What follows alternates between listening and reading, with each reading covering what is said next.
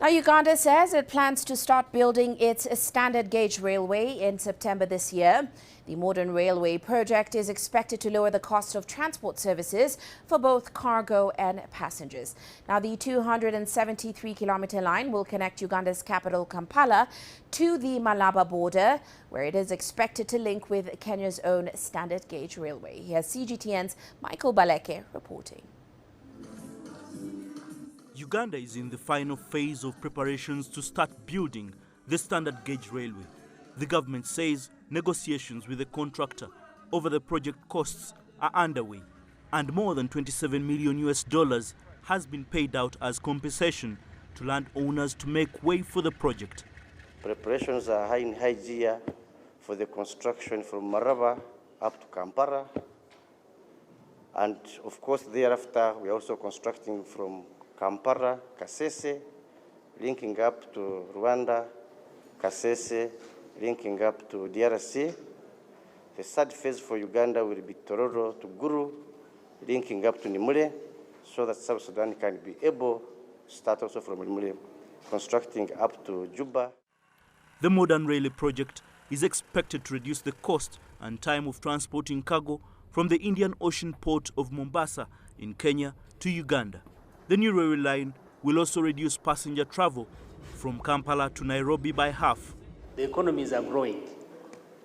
We are looking at, in the near future, maybe in the less than 20 years, Uganda will be bringing in over 20 million tons of traffic from Mombasa.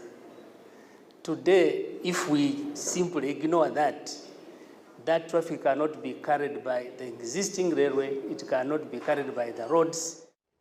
The construction of Uganda's SGR has suffered several hiccups, including cancellation of contracts, funding delays, procurement and land compensation, among other issues.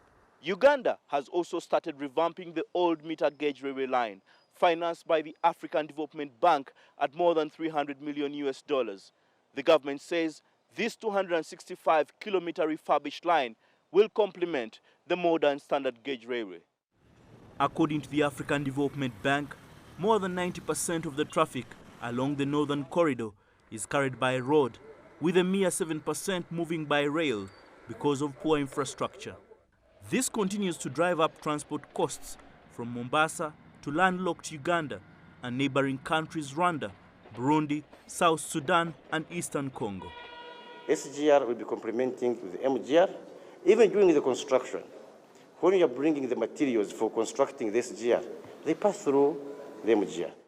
The SGR has already been constructed from the port of Mombasa to Naivasha in Kenya, and preparations are underway to begin the next phase of construction from Naivasha through Kisumu to Malaba at the Ugandan border.